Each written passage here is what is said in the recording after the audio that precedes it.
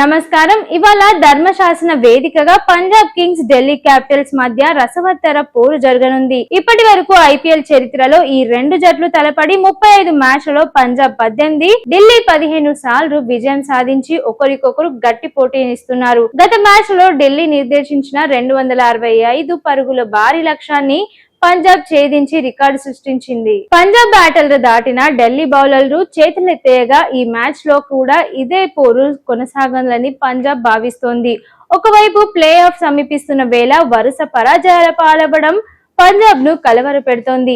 ఇటు ఢిల్లీ కూడా ఆశించిన ఫలితాలు రాక జట్టు ఆత్మవిశ్వాసాన్ని కోల్పోతుంది. చావో రేవో తేల్చుకోవాల్సిన స్థితిలో ఉన్న ఢిల్లీ పంజాబ్ పోరు రసవత్తరంగా సాగునుంది. బలబలాల విషయానికి వస్తే పంజాబ్ టాప్ ఆర్డర్ ఫామ్ లో ఉండడం వారికి ప్లస్ పాయింట్.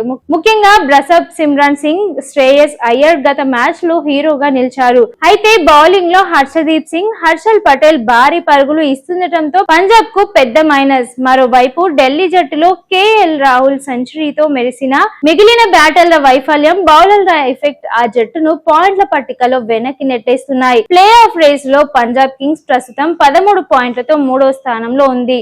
ఈ మ్యాచ్ లో గెలిస్తే వారి ప్లే ఆఫ్ బర్త్ దాదాపు ఖరారైనట్లే.